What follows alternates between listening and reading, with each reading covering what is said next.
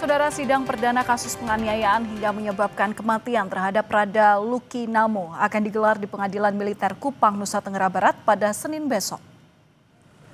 Sidang yang akan berlangsung selama 3 hari itu beragendakan pembacaan dakwaan.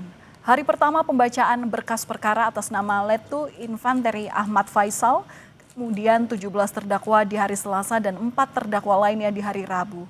Prada Lucky Namo meninggal dunia pada 6 Agustus 2025 lalu diduga karena dianiaya seniornya di Batalion Teritorial Pembangunan Waka Ngamere, Kabupaten Nagekeo di Nusa Tenggara Timur.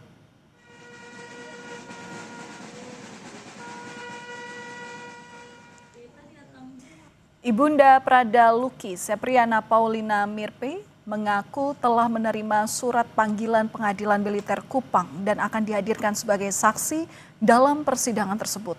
Keluarga berharap semua fakta terkait kematian putranya bisa terang benderang dalam persidangan dan pelaku dapat dihukum setimpal.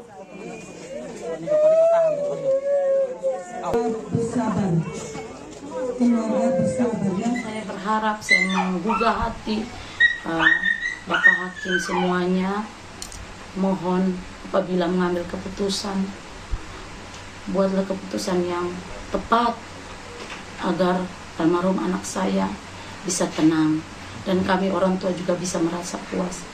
Dan saya berharap semua dipecat, tidak ada satupun yang tidak dipecat, semuanya 22 orang itu harus dipecat.